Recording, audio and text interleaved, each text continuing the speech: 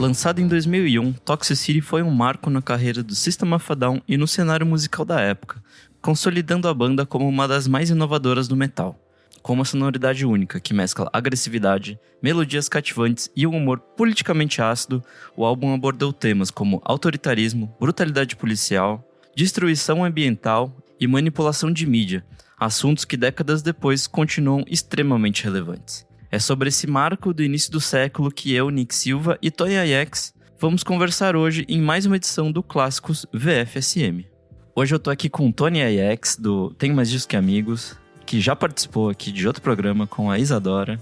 Eu quero começar perguntando pra você como você conheceu o Toxicity, esse descasso. Pois é, né? Estive aqui falando sobre emo e agora vamos falar sobre metal. Olha só que coisa maravilhosa. Falei sobre My Chemical Romance no outro episódio. E acho que isso conversa muito com o jeito que eu descobri o disco do System of a Down e o System of a Down. Esse disco é de 2001, né? E 2001 eu tava entrando na faculdade. 2002, 2003 eu tava entrando na faculdade. Esse disco era recente quando eu tava entrando na faculdade. E aí vale um grande parênteses, né? Que nessa época a gente ainda a indústria ainda trabalhava com singles e com tiros de divulgação. Então até puxei aqui Aerials, que foi o terceiro single, foi lançado em junho de 2002. A divulgação demorava muito mais tempo, assim, tipo, era um rolê muito longo e tal. Muitos meses depois saiu um single, né? Teve disco que era anos, assim, você pega discos lançados ali nos anos 80 e 90, 2 anos depois tava lançando o single do disco ainda. E aí eu tava muito no começo da faculdade, eu era um cara, na minha adolescência eu só ouvia punk, e na faculdade tinha um centro acadêmico, um lugar assim, onde a gente, sei lá, jogava tênis de mesa e matava a aula, e ficava um aparelho de som lá, que era meio que quem queria chegar e botar um CD, botava um CD pra tocar. E, cara, eu me lembro certinho, assim, quando teve um mês ali que toda vez que eu ia, tava tocando o Toxicity do System of a Down. E a música, a faixa título me pegou muito, assim, por causa daquela bateria, né? Aquela energia que tinha ali, que era diferente de tudo que eu ouvia. Muito quebrada e muito, né, e muito uma mensagem rolando ali sobre uma questão política, e eu tão acostumado a ouvir punk falando de questão política, não estava acostumado a ouvir metal falando sobre questões sociais e políticas, e aquilo ali bateu. Tem um meme, sei lá, não é meme, mas na internet, no Twitter, a galera fica, o que você queria ter a chance de ver pela primeira vez de novo, né, ouvir pela primeira vez de novo.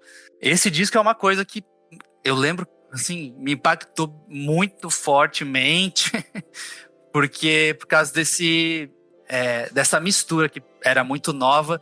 A gente vai falar provavelmente sobre isso, e muito se fala como o System of a Down chega com uma coisa completamente nova, né? E eu acho que teve novidade para todo mundo ali. Teve novidade pro metaleiro, por causa da influência da música da Armênia. Teve novidade para mim, que não estava acostumado a ouvir letras questionadoras no metal. Eu mal ouvia metal, assim, acho que a única outra coisa que eu ouvia de metal na época era o Soulfly, do Max Cavalera, e porque eu achava que rolava, e Deftones também, essas coisas que eram metal e não era metal... Adjacentes, né, tipo... não era o metal óbvio, né? Deftones eu já ouvia, já achava do caralho, assim, e o Soulfly vem muito dessa coisa, né, tipo, sai do Sepultura ali, e embarca no New Metal, tem o Fred Durst tá numa música desse disco do Soulfly, o Chino Moreno também. E o Max já tinha participado do disco do Deftones antes, então essas coisas mais diferentes que foram me pegando do metal dessa época, assim, e eu lembro que esse disco do System of a Down foi isso, cara, foi uma bomba, e era muito louco, né, tipo, nessa época eu não tinha como chegar em casa e ouvir no Spotify. Sim. Ou no YouTube. Tipo, o Shazam ainda tava engatinhando ali, assim, ainda não era uma coisa... Shazam não, as coisas de baixar música, né? Tipo, as paradas de share de MP3, casar, essas paradas assim, ainda não era... Soulseek. Tipo, rolava, mas não era tão comum ainda, assim. E aí eu tinha que... Eu comecei a frequentar mais ainda o centro acadêmico pra ouvir esse disco. Primeiro pra descobrir o que era. Eu falei, cara, o que é isso, né? Tipo assim... Sim. Aí o Shazam, eu não tinha como fazer um Shazam. O meu celular eu nem sei se eu tinha celular. Se eu tivesse, era o Nokia da cobrinha, aquele lá. Clássico. Eu provavelmente tinha, sei lá, um desses, se eu tinha, não lembro se eu tinha. E aí, então, eu comecei a frequentar mais ainda o centro acadêmico pra ouvir esse disco e, eventualmente, comprei o CD, né? Tempos muito diferentes. Nossa, eu lembro que pra mim acho que foi um pouco mais tardio, foi tipo 2005, 2006, por aí.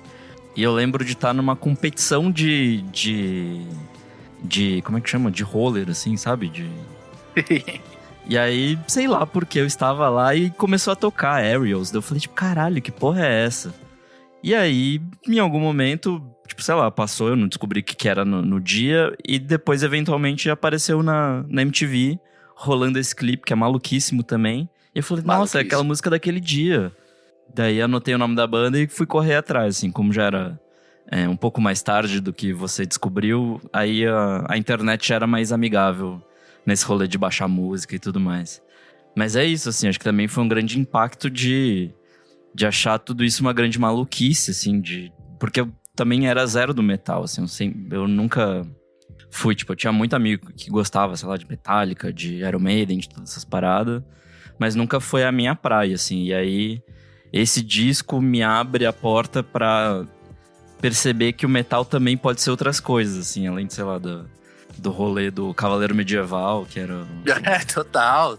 A gente tá gravando isso na semana pós Lollapalooza Brasil, e a gente teve o Tool agora, finalmente, Sim. Né? E o Tool cara, maluquice completa, uma viagem transcendental, maravilhosa, por ritmos que o metal muitas vezes não aborda, né? O metal mais classicão, assim. A minha faculdade, eu fazia universidade pública em Curitiba.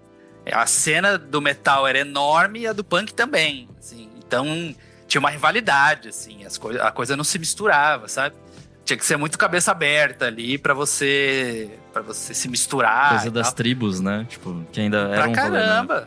Pra é engraçado que eu acho que esse disco, Toxicity, ele consegue borrar um pouco essa linha das tribos, porque apesar de estar muito calcado no metal e da coisa do nu metal também, que era uma coisa que tipo, tava estourando ali no final dos anos 90 e no comecinho dos 2000, ainda tava tipo gigantesco, ele tem uma sensibilidade que vai pro punk, dessa coisa que você falou, de ser umas letras bem políticas, bem incisivas, mas sei lá, ele também...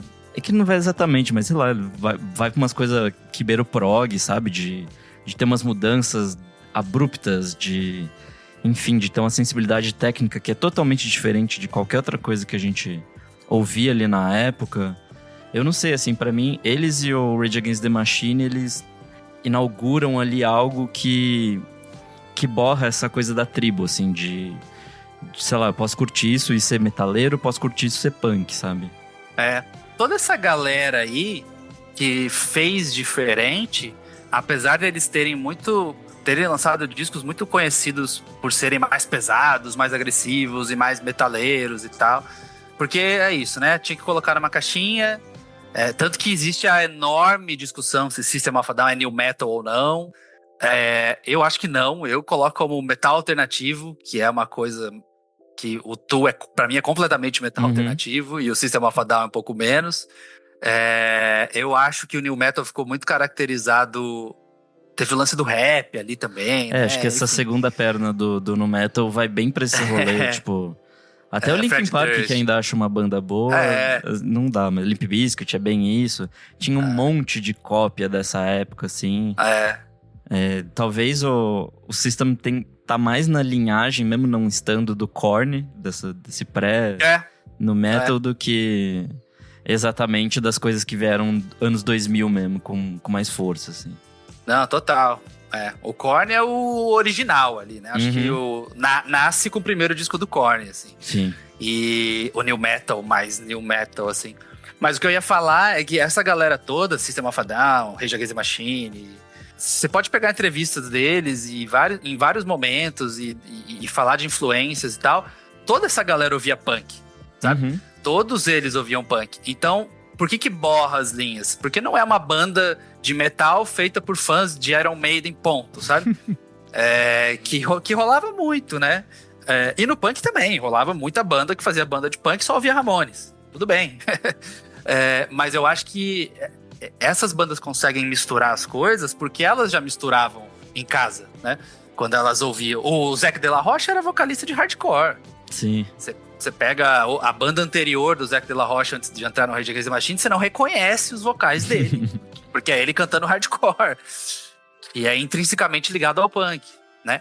Então eu acho que muito da criatividade, da mistura desse rolê todo vem da galera já ser mais aberta antes de fazer a banda, sabe? O Metallica tem muito isso também, né? O Metallica, por mais Acho que seja... nos anos 90 ali, ele dá uma mudada boa, né? Aonde quer chegar, né? Eles fazem cover de Misfits, né? Uhum. Tipo, é a banda mais... Tem metal no nome. Sei lá, talvez 90% da fanbase seja só de metaleiros. Nessa época que eles lançaram os discos de cover ali e tal, e que eles regravaram Misfits, tudo, o James Hetfield tocava com uma jaqueta com um monte de patch de banda punk grudada, assim. Heresia pros fã velho, né? Heresia pro fã velho, E eu acho que é aí que começa a ficar interessante, sabe? Aerials, que você citou aí. Cara, Aerials é quase uma balada, né? Uhum. Uma linha de baixo linda ali também. E aí depois fica pesadona. Mas eu acho que vem muito de outras coisas que não são exatamente do metal. E vale lembrar, tem uma entrevista ótima do Serj Tankian, vocalista, no... Eu não lembro onde que é, enfim, mas deve ser fácil de procurar no YouTube. Que ele mesmo fala que ele odiava a seriedade do metal. Né? Então, ele odiava como o metaleiro se levava a sério e como levava tudo, né? E aí ele diz que, eu não lembro qual música, ele disse que ele queria fazer a música sobre pijamas. Sei lá, era tipo, ele queria fazer uma letra sobre um assunto idiota só pra tirar sarro da própria comunidade do metal. E aí os caras da banda olharam e falaram, cara, você tem certeza? Você quer comprar essa briga? Cara, você vai falar isso mesmo? Porque ele fala que ele não se identificava como um metaleiro, assim, e nem com a seriedade da coisa do metal. Tanto que tem aquela letra lá, que é Banana Terracotta Pie, né? Que ele fica do primeiro disco ainda, não é? Banana... Não, acho que é de algum dos dois últimos, de 2005 ali. Banana Terracotta Pie. Que daí esses dias alguém foi entrevistar eles e fez uma torta de banana servida num prato de terracota, assim. E ele morreu de rir, porque nem ele sabia o que era direito a letra. Ele meio que inventou na hora ali, sabe? Então eu acho que também passa por isso, sabe? De não se levar a sério como metaleiro e não querer fazer parte dessa cena. O Deftones fez questão de não querer fazer parte do New Metal, né? Tem histórias muito famosas de como eles declinaram turnês com bandas tipo Limp Bizkit, sei lá, pra não ficar eternamente taxado como isso e tal. Então eu acho que é aí que a coisa ficou interessante. Acho que vale a pena também citar o New Metal era... Não sei, acho que era um fruto direto desse final dos anos 90, onde a masculinidade estava ficando cada vez mais tóxica, assim, onde entenderam totalmente errado os filmes, sei lá, tipo Matrix, o Clube da Luta, e vai render episódios maluquíssimos do Woodstock 99, assim, então era um rolê onde a masculinidade estava ficando muito bizarra, assim, e aí acho que evadir disso, assim, tipo, sair desse ambiente foi uma escolha sábia do próprio System, do Deftones e tal. É legal, só rapidinho falando sobre o Woodstock 99, obviamente, 99, eu tinha 14 anos de idade e a internet não era o que é hoje, então eu fiquei sabendo que alguma coisa aconteceu, mas a gente não sabia detalhes, né? E aí, agora tem o documentário no Netflix sobre o Woodstock 99. É surreal o que aconteceu. É surreal. Esse lance da masculinidade é o ponto central. É um monte de moleque que acha que manda no mundo e que tá ali pra botar o caos mesmo, aliado a um monte de amadorismo. Tipo, você queria ser segurança? Beleza, era só você se voluntariar e você ganhava um colete. Era bem isso. Né? E o Korn eu não sabia que o Korn era tão grande nos Estados Unidos nessa época, porque um dos pontos principais ali é que o show do Korn foi megalomaníaco de tanta gente para ver o Korn, que beleza, eu sei que é pioneiro do New Metal e eu sei muito bem da importância do Korn. O Issues e o Follow the Leader são outros dois discos de metal que eu amo, mas eu não sabia que era quase mainstream, assim, era tipo assim, sei lá, 90 mil pessoas para ver o Korn tocando, sabe? Então vale a pena, pra quem não assistiu, assista. Boa, e aí vamos falar rapidinho aqui da formação da banda do System. Eles começaram ainda nos anos 90 na cena musical ali de Los Angeles. Todos, com exceção do baterista, eles estudaram numa escola armênia, né, ali em Hollywood.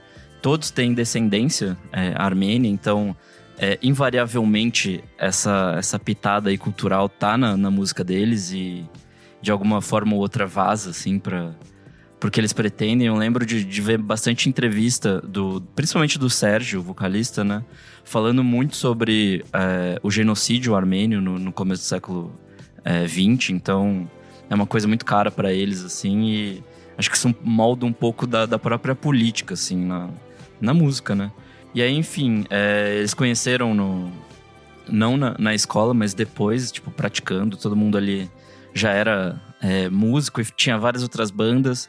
Bandas foram acabando e surgindo, e aí, em algum momento mágico, ali em 95, surge a banda System of a Down, com outro baterista. É só depois que o John Dolmayan vai entrar na banda, e é com a entrada dele que acontece duas coisas muito curiosas. A primeira é a própria entrada dele, e a segunda é o Rick Rubin, que era um produtor fodástico, assim, tipo, produziu Red Hot Chili Peppers, produziu... enfim, uma infinidade de gente, e que acabou moldando bastante o que é o som do System of a Down, assim. Já no primeiro, todos os discos contam com a produção dele, e já nesse primeiro ele consegue aliar essa produção que é límpida, mas ao mesmo tempo consegue manter a maluquice, assim. Essa coisa de manter a potência ao mesmo tempo que consegue manter a loucura, sabe? O que você acha da produção dele? Às vezes é difícil a gente explicar qual que é o papel de um produtor, né? As pessoas falam, tá, mas o que o produtor faz? E o Rick Rubin é um cara que, agora que ele lançou biografia e tal, ele andou falando que ele mal toca instrumento, que ele nem opera a mesa de som direito e tal. Mas é nessas horas que você entende qual que é o papel de um produtor. E no caso do System of a Down, eu tenho outro exemplo que eu vou dar daqui a pouco, pra mim também é perfeito. É exatamente isso. É tipo... moldar a maluquice, porque o artista ser malucão por ser malucão, cara, legal, mas é possível que não atinja o tanto de gente que essas bandas acabaram atingindo. Então o cara vem e fala, galera, não, legal, isso aqui é muito, muito bom, mas eu iria para outro caminho. E aí o cara vem com o caminho ali. O Rick Rubin tem declarações, tem aspas dele famosíssimas, né, sobre como ele fala que, eu não entendo lá muito de instrumento, mas eu entendo do que as pessoas gostam, do que as pessoas querem naquele momento. E é aí que o dedo dele é importantíssimo, de chegar e falar, né? Tem uma passagem muito legal do Rick Rubin falando sobre Chop Suey, que é um dos maiores hits desse disco. É o maior do System of a Down e tá nesse disco e tal. E ele fala que o Serge tava... Na verdade, é o Serge e o Darren que escrevem, né? O guitarrista. Isso. E eles estavam sem letra pra uma parte da música lá. Aí ele levou eles numa biblioteca, acho que tava na casa dele, não sei. Puxa um livro aí. Puxou um livro, abriu, aí a primeira frase era aquela Father, you, my spirit. Eu não sei a frase agora, mas é uma passagem mó bonita, assim, sabe? Tipo, falando sobre uma coisa espiritual, assim. Sim. E, cara, foi o Rick Rubin que chegou e falou, pega um livro. E se fosse outro produtor? Podia falar, Serge, você não sai desse estúdio aqui até você escrever uma letra foda, sabe? E aí talvez não saísse. Então eu acho que o papel do Rick Rubin é fundamental para entender.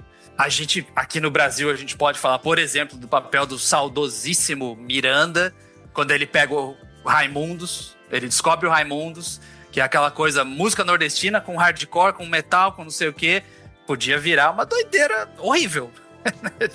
E aí virou uma das maiores bandas de rock da história do país, porque ele soube conduzir, né?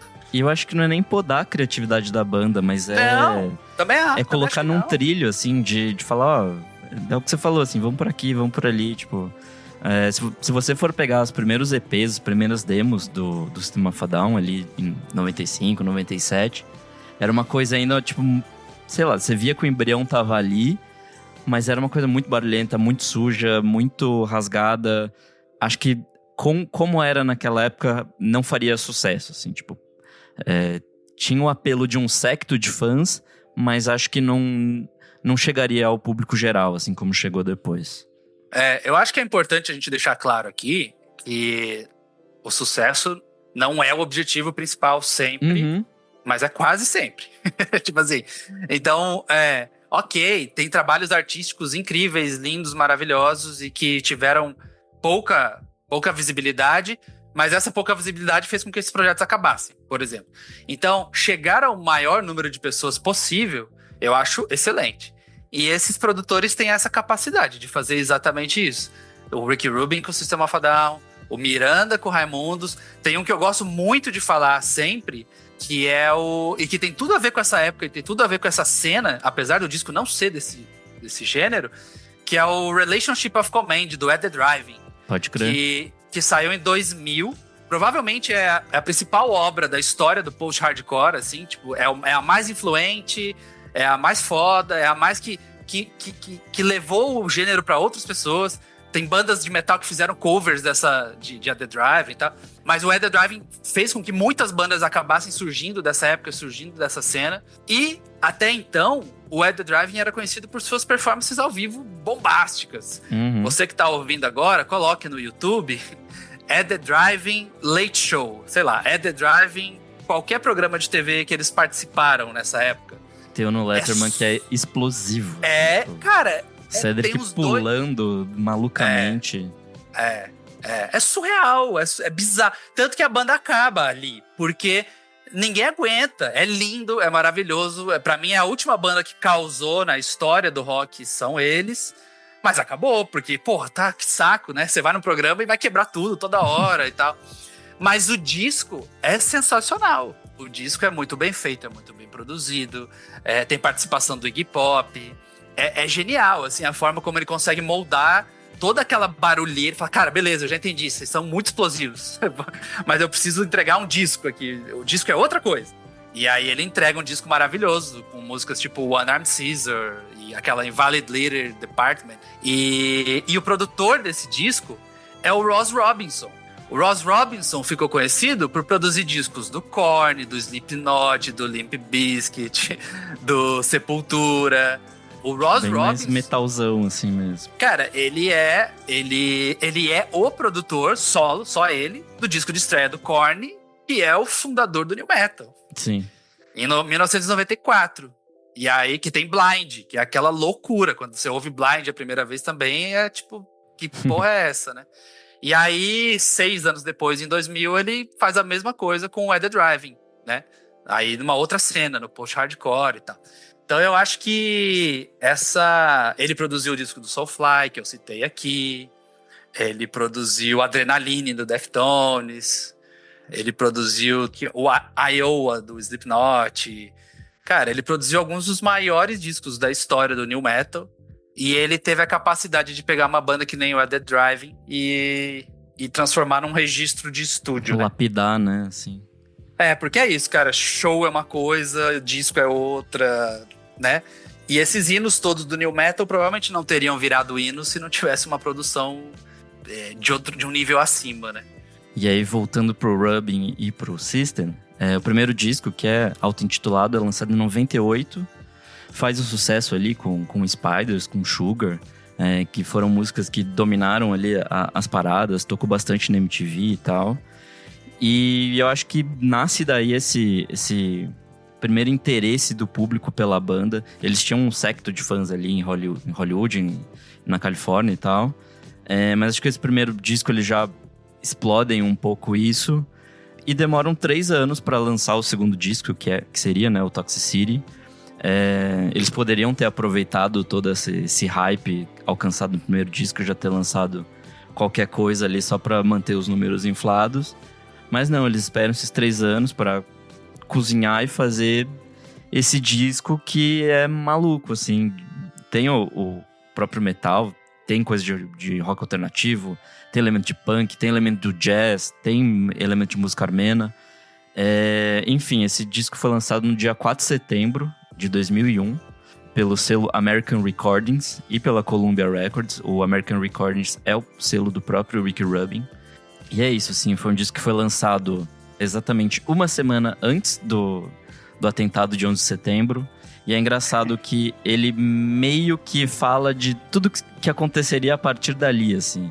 Acho que tematicamente ele consegue encapsular muito do que é a política norte-americana, interna e externa, né? Porque ele é um disco que fala, tipo, de muita coisa que vai, sei lá, desde brutalidade policial. É um disco maluco que já começa falando sobre isso, né? Tipo... Prison Song é surreal, né?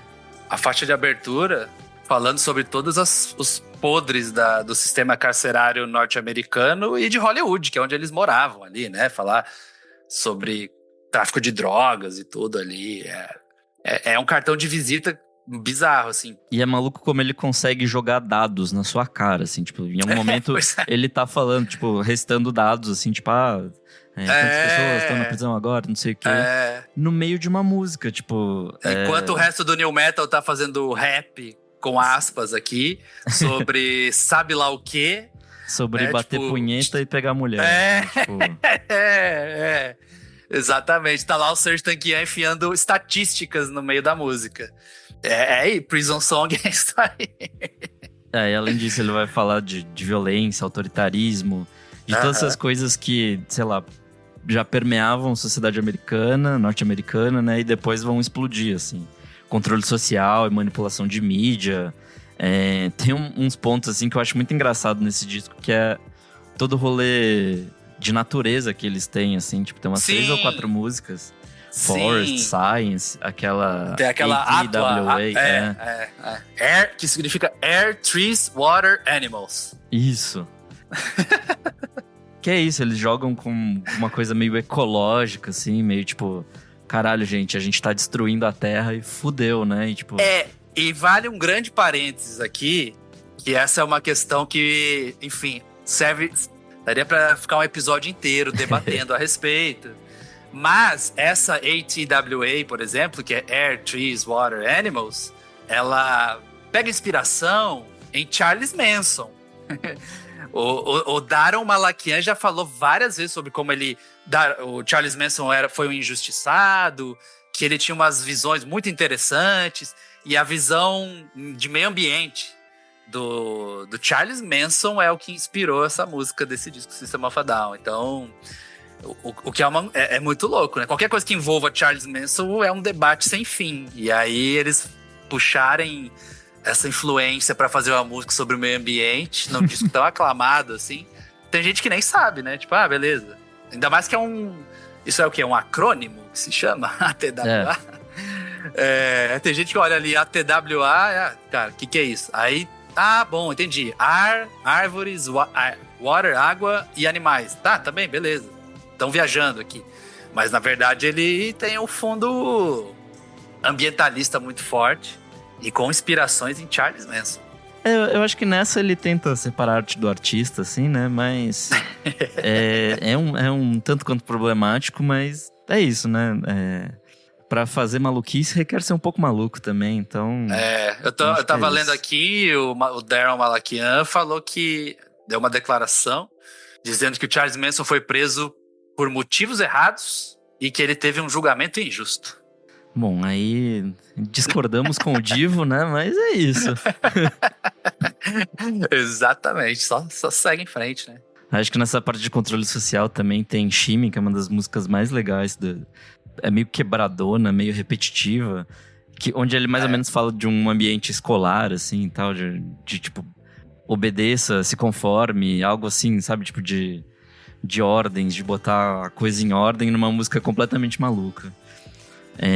Acho que mais uma que também transborda disso é a Toxicity, faixa aqui da título aqui. Não sei, assim, ela acho que é a mais abrangente do disco, ela meio que fala sobre tudo do disco, assim. Ela aborda um pouco dessa coisa meio natureba deles. E acho que a gente pode ir para mais um tema que eles discutem aqui, que é dependência química e saúde mental. Um tema que na época era raramente abordado, ainda mais que a gente falou, né, desses filmes e da masculinidade tóxica que só ganhava força ali na época. E acho que é isso, assim, Needles é uma música que lida exatamente com isso, é uma música muito boa também. E acho que Chop Suey, aquela música que você já citou aqui, é outra que lida com isso e no fim trata de suicídio, né? Esse era Suicide era o nome original da faixa. Suicide era o nome original, aí teve pressão até da gravadora pra não soltar com esse nome. E aí, a saída é meio doida, assim, né? Tipo, chop suey, na verdade, a pronúncia, né? Não chop. Chop suey é aquele prato, né? Sim. Aquela comida. Só que a ideia deles era, tipo, chop, de cortar, o suey, que é o suicídio. Então, como eles tinham que cortar... Então, como eles tinham que cortar do disco e tirar do título, então beleza, então é chop suey. E essa é a origem do nome da música mais famosa do System of a Down, inclusive, né? E que é maravilhosa, né? Eu acho que é uma pena que, assim, como muita coisa dessa época, e é só ver os fãs de Rage Against the Machine que a gente tem hoje, que não entenderam as letras, ficou mais alto o lance... o vocal rapidão do Serge ali, né? A questão estética, riffs, né? Tipo... A questão estética, o clipe, a estética sonora também, né? E aí a letra, principalmente para não falantes de inglês, fica uma coisa mais distante. E mesmo para os que falam, né? Needles, que você citou aí, faz uma analogia, assim. Se você entrar lá no Genius, que é o site que diz o significado da música, eles falam muito sobre isso, sobre dependência química, sobre vício. E aí, quando o refrão é pull the tapeworm out of your ass, que é tire a tapeworm, meu Deus, é o bicho lá. Tipo uma tênia, né? Tênia, isso. Puxa a tênia da sua bunda, né? Então, assim, você tá ouvindo essa música, o cara falando isso, você fala, tá, mas peraí, isso é literal? O que tem a ver, né? Tipo... O que tem a ver, E aí lá no Genius diz que é pra ser uma coisa de que é uma luta com você mesmo tem que tirar aquilo de dentro de você e tal. E é uma música meio festiva, né? Tipo, tem um... E aí, tipo, você fica, tipo... Que eu tô ouvindo aqui? Acho que isso é o impacto também desse disco, é que as letras não são exatamente escondidas, assim, tem alguma outra que tem um subtexto ali mais no fundo, mas acho que grande parte tá bastante na tua cara, mas mesmo assim ela se esconde atrás de uma musicalidade muito intensa, assim, né, muito diferente, então acho que causa esses dois impactos, assim, acho que a primeira é esse impacto sensorial mesmo, de lidar com riffs esquisitos, com mudanças de tempo o tempo todo, com essa coisa muito frenética e num segundo nível, lidar com essas letras que são às vezes esquisitas, às vezes direto na tua cara, de temas que eram bastante incomuns pra época, assim, ainda mais vindo do metal e do nu metal. Mesmo o Rage Against the Machine que a gente falou aqui, era muito óbvio que eles estavam, né, tipo, falando contra políticos, falando contra sistema. A carga política era muito na cara, assim, né? O famoso, foda-se, eu não vou fazer o que você me diz e tal. O System of a Down não é tanto assim. Eu acho que mesmo quando a letra é mais na cara, é um na cara que você fica pensando, assim, tipo, o que ele tá querendo dizer com isso, assim. E, cara, assim, a gente vai ter System of a Down aqui no Brasil, 2 Aliens lotados e Autódromo de Interlagos, né? Dá pra fazer um exercício de ficar olhando a galera. Você vai ver que a galera não canta as músicas do System of a Down. Tipo assim, não vai cantar do começo ao fim quando eles tocarem Needles, por exemplo. Sei lá, vai cantar o refrão, beleza, ali e tal. Porque são músicas difíceis, né? Sim. Não é fácil de acompanhar, não é como se tivesse um refrão grudento, não é como se tivesse o hit que é, né, tipo Chop Suey, por exemplo, ou BYOB, né, fora o refrão lá, que é Everybody's Going to the... Que aí foi eles tirando sarro da coisa toda da indústria da música, ao mesmo tempo que tiravam sarro da sociedade, né, festa, consumo, balada e tal. O resto da música também, dificílimo de acompanhar, né? Então,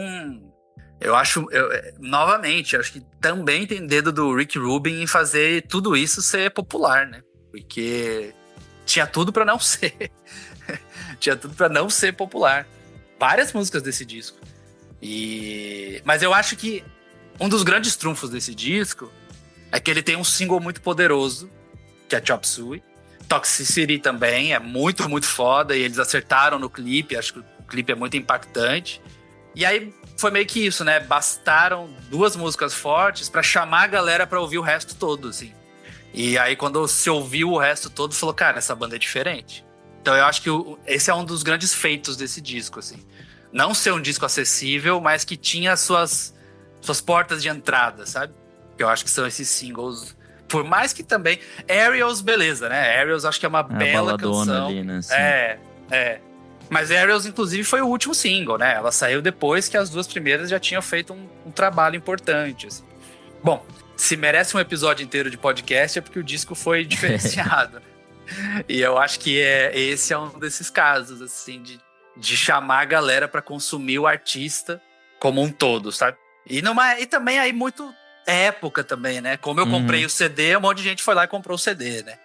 Hoje eu não sei se seria um álbum, tipo, uau, o álbum inteiro está no Spotify. Acho que não. Tipo, está nas paradas do Spotify. Acho que não. Mas é isso, né? A gente tá falando de músicas muito sérias e muito políticas e tudo mais. Críticas sociais fodas.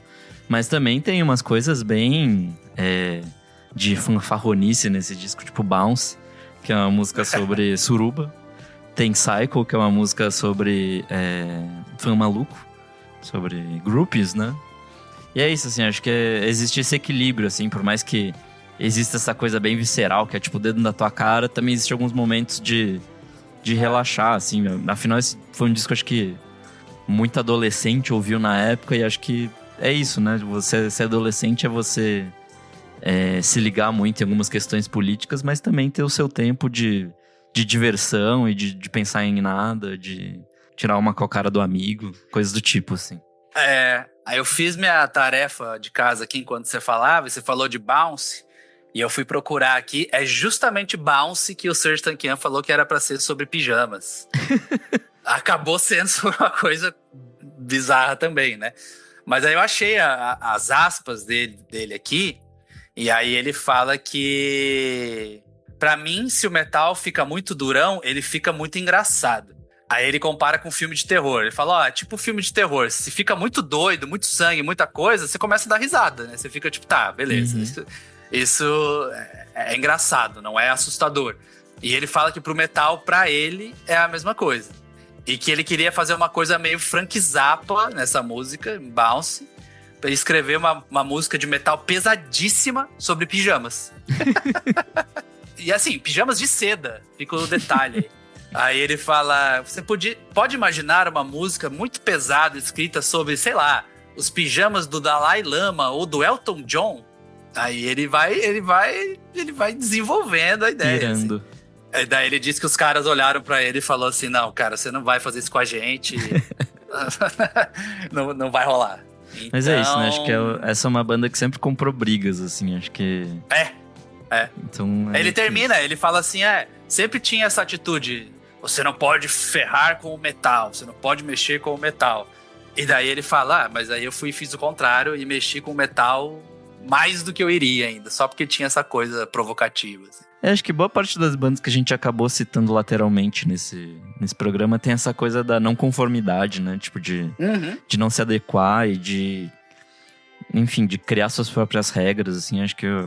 O System of a Down é muito isso, assim. E até o que vai combinar no fim deles, assim, tipo... Né? Eles lançam mais um disco duplo, né? Em 2005, o Mesmerize e o Hypnotize. E aí, depois disso, meio que a banda acaba, assim. Eles fazem mais alguns shows da turnê e a banda entra nos hiatos. Desde então, produziram mais 2 singles que foram lançados, acho que em 2020, se eu não me engano. E é isso, assim, tipo... Mas também era super num contexto político e tal, Eu acho que é um pouco mais recente, mas 22, 23 ali, não sei. Mas é sobre... É pra trazer visibilidade sobre questões de disputas na Armênia, que eles sempre gostam de... E as músicas são ótimas, inclusive. Sim. E que eu acho que renderiam um ótimo disco. Bom, assim, tem ficado claras as diferenças, principalmente entre Serj Tankian e John Domayan, o baterista. Que o John é apoiador do Trump e o Serj é à esquerda. Mas eu acho que até essa questão do lance, o Serj é muito zoeiro com metal e tal, e a banda lançou umas músicas zoando, mas eu acho que ali dentro devia ter gente que não gostava de zoar, por exemplo. E eu acho que essas coisas foram criando atritos pra eles acabarem, sabe? Porque acabou muito rápido, acabou muito cedo, acabou no auge. Esses 2 discos são muito, muito bons mesmo. E foi uma segunda explosão, né? Tipo, eles já tinham ganhado uma grande projeção com Toxicity e esses discos... Não sei, assim, eles têm uma cara um pouco mais pop pra mim, assim. Acho que o Daron canta mais também e traz outro tempero ali pra banda. E é isso, assim, a banda depois disso entra em ato, acho que exatamente por isso, assim, por não se entender mais como um projeto, assim, tipo, cada um queria ir pra um lugar diferente e é isso, assim. E o que sobrou foram as representações ao vivo, né? Pois é. Que aí eu acho que é a coisa de ganhar pão, né? Tipo, tá, preciso trabalhar, então não vamos jogar fora esse projeto que a gente tem aqui.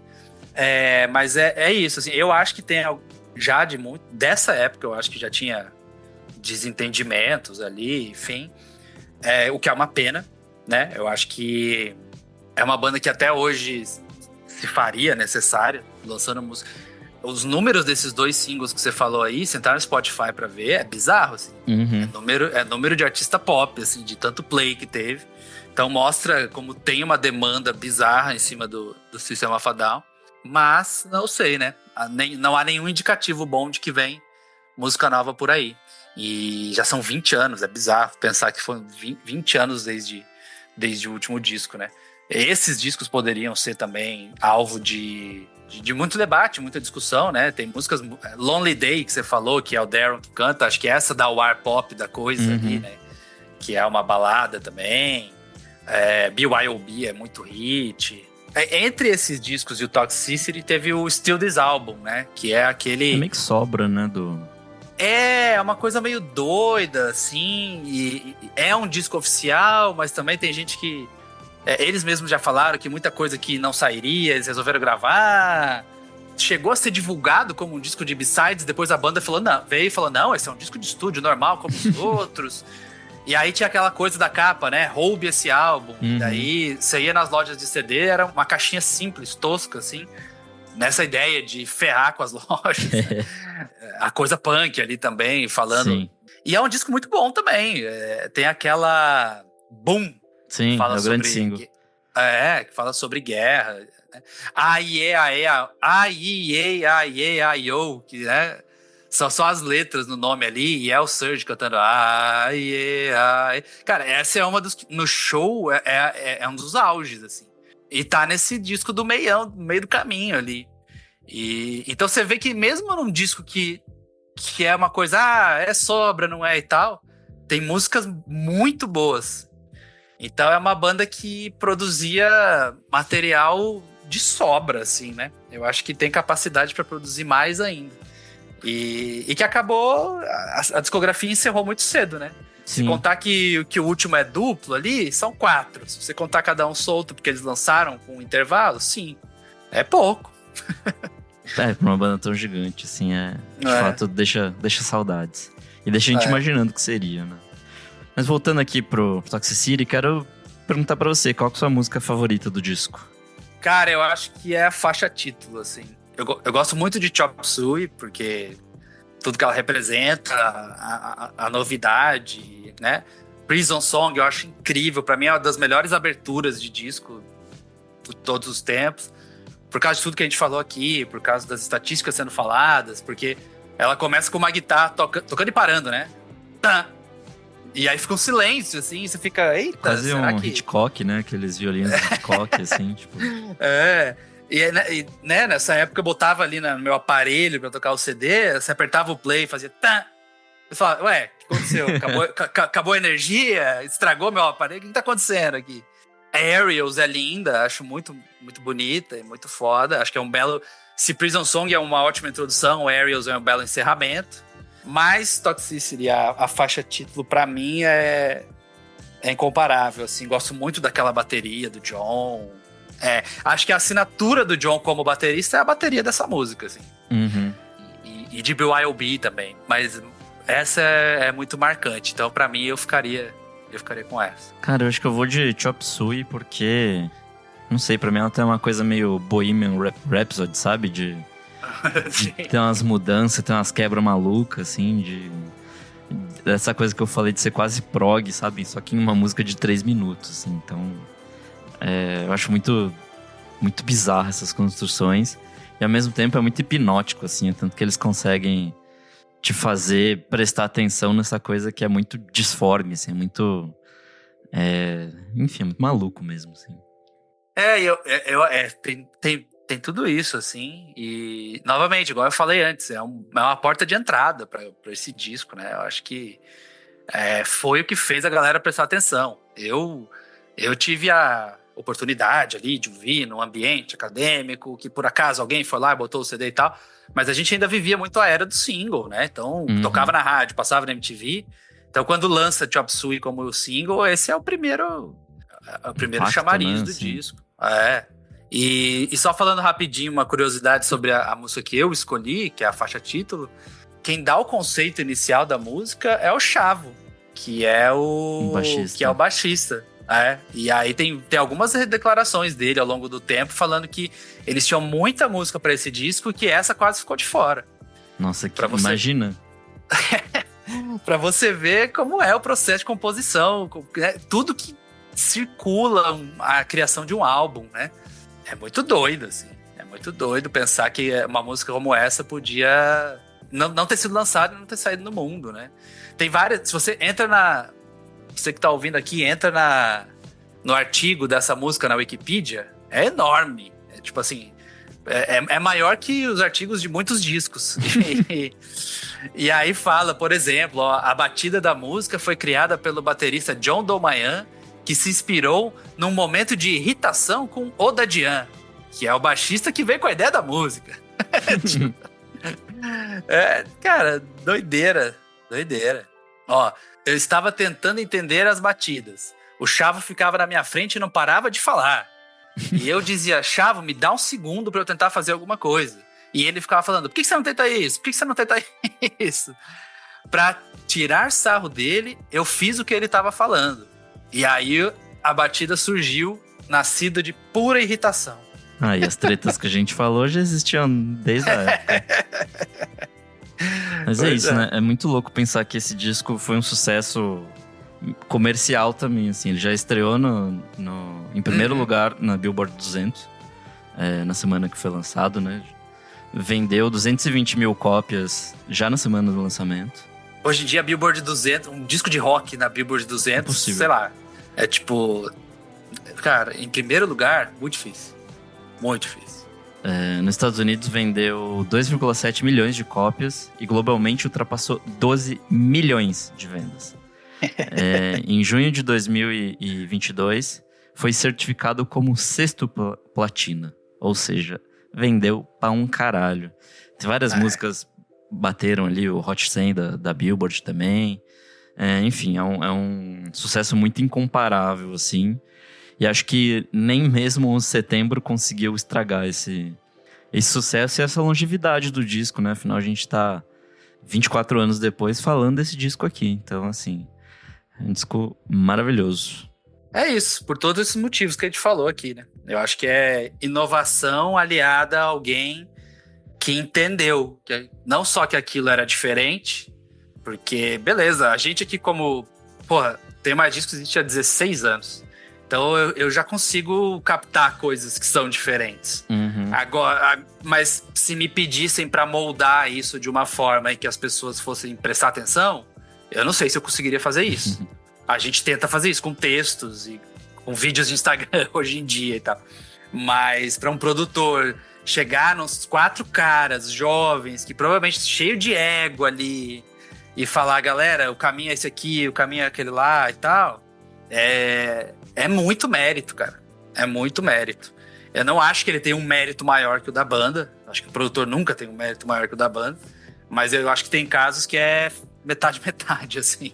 E pra mim, esse parece ser. Não só por isso, né? Também sai na American, que é a gravadora do Ricky Rubin. Então quer dizer que ele botou uma fé a mais ali. Botou uma grana. Pra gravar. A American, se eu não me engano, era selo dentro de uma major, assim. Então, pra major também chegar e falar, cara, acho que isso... Vamos botar uma grana aqui e vamos botar com a tua cara, teu selo com o American, porque faz sentido. Eu acho que muita gente trabalhou ali pra que isso funcionasse, sabe? E funcionou, né? Eu acho que discos assim, raramente surgem de uma forma muito simples, né? Tipo, não, cara, a banda foi lá, gravou e soltou, e era isso. Esse é um caso que não teve nada de simples, assim. Acho que muita gente trabalhou para entender todos os pontos dessa época e falar, não, beleza, acho que isso aqui é um ótimo retrato do que a gente tá passando. E pra terminar aqui, você sente que esse disco ainda causa algum impacto hoje? Eu não sei se o disco causa um impacto hoje, eu tenho certeza que a banda causa um impacto hoje. É óbvio que a gente tá falando de um disco importantíssimo dentro da discografia de uma banda. Mas eu acho que eles têm outros também ali, como os dois últimos. E eu também acho que o consumo de música hoje em dia, por estar tão diferente assim, eu não sei se o impacto do disco, da forma como ele teve na época, social, político, de fazer pensar, é tão grande. Eu acho que a gente tem muito impacto sonoro. Eu acho que o cara, quando ouve, o cara ou a mulher, ou seja lá quem for, a pessoa, quando ouve uma música do System of a Down e vai pra esse disco, fala, caralho, isso aqui é genial. Mas eu não acho que... Eu tenho minhas dúvidas se, tipo, tá, beleza, será que as pessoas estão pensando a respeito do que está sendo dito ali, sabe? Acho que nem na época as pessoas fizeram isso. O impacto foi muito mais sonoro de uma cena e tudo mais. Então, hoje em dia, falar que, porra, a galera se liga, que ali tinha toda uma questão social e tal, eu acho pouco provável. Mas eu acho que provavelmente faz ótimas adições a playlists da galera que tá...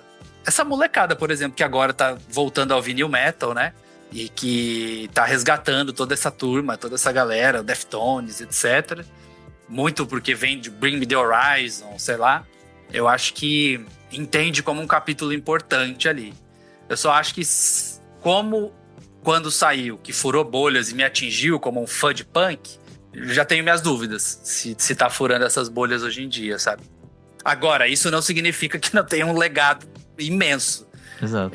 Eu acho que tem um legado gigantesco. Mas eu vejo que hoje em dia, quando se debate essa época, fica se falando muito sobre o new metal, o new metal, o new metal, o new metal. E talvez pelo System of a Down sair, quando saiam as listas ali, a gente sempre coloca esse disco nas listas de new metal, né? Porque, de uma forma ou de outra, fez parte da cena. Mas eu acho que tem alguns mais marcantes ali, assim. Tipo, o primeiro do Korn, o White Pony do Deftones. Eu acho que tem uns que a galera... O próprio Roots do Sepultura, que foi o Ross Robinson, que eu citei antes, que produziu. Eu acho que como disco, o Roots do Sepultura é muito mais, tipo, caralho, é o Roots. E o System, eu acho que tomou um tamanho, até por causa dos outros lançamentos que fez, que é mais pra, tipo, caralho, é o System. Eu vejo um pouquinho por esse ângulo, assim. Pô, bom demais esse papo, Tony. Quero te agradecer muito pela participação aqui, por quase 1 hora de papo aqui sobre esse descasso. Quero deixar esse espaço para você convidar as pessoas para ir lá pro seu site e contar um pouco do que você tá fazendo por lá. Bom, obrigado pelo convite mais uma vez. Já falei de emo, agora falei de punk metal. O próximo convite, sabe lá o que vai ser. Fico aguardando o convite de vocês. Pô, a gente podia gravar um do The Drive-In, hein? Você falou desse disco, me deu uma vontadinha. Eu vou trazer a minha edição do Record Store Day que eu comprei no Coachella em disco de vinil laranjado pra mostrar pra vocês. Sensacional. Esse talvez seja o disco da minha vida. Então, é só marcar data e horário pra eu falar a respeito dele. E, bom, eu tenho mais disco que amigos, tá? Em todos os lugares da internet possíveis, ou quase todos. TMDQA, principalmente no Instagram, no Twitter, no TikTok. O site, essa coisa que ainda existe, gente, chamada site, você acessa, você lê, você não precisa de um algoritmo te dizendo se aquela matéria é legal ou não. Tem mais discos que amigos.com. A gente está há 16 anos no ar, levando música de todos os tipos, de todos os tamanhos para você. Então, consumam, porque dá um trabalho enorme. A gente já teve podcast durante um bom tempo e, inclusive, vocês são guerreiros de continuar fazendo podcast e aproveito o espaço para parabenizar vocês, porque é toda hora primeiro lugar no Spotify, primeiro lugar de música, primeiro lugar. Ah, vocês são incríveis. Teve um momento que eu falei pro meu time aqui, falei, galera, a gente já faz muita coisa. A gente já faz Instagram, faz site, faz vídeo de YouTube, Vamos dar uma pausa no nosso podcast, que principalmente porque existem podcasts maravilhosos, como Vamos Falar Sobre Música, que estão cumprindo muito esse papel. A gente não precisa estar ali. Esse papel está sendo muito bem feito. Então, de verdade, assim, toda vez que eu vejo que vocês compartilham que estão ali em primeiro lugar, me dá um quentinho no coração por gostar muito do trabalho de vocês e por saber o trabalho que dá fazer isso. Mas fora podcast, a gente está em todos os lugares. Então, TMDQA nas redes, temadiscamigos.com na web. É isso, valeu demais, Tony. Até a próxima. Até a próxima. Clássicos VFSM é um projeto paralelo do podcast Vamos Falar Sobre Música. Para ter acesso a esse e outros programas lançados com muita antecedência, apoie a gente em apoia.se/podcast VFSM e ainda tem acesso ao nosso grupo fechado para assinantes. Eu sou @Nick Silva em todas as redes sociais e até a próxima.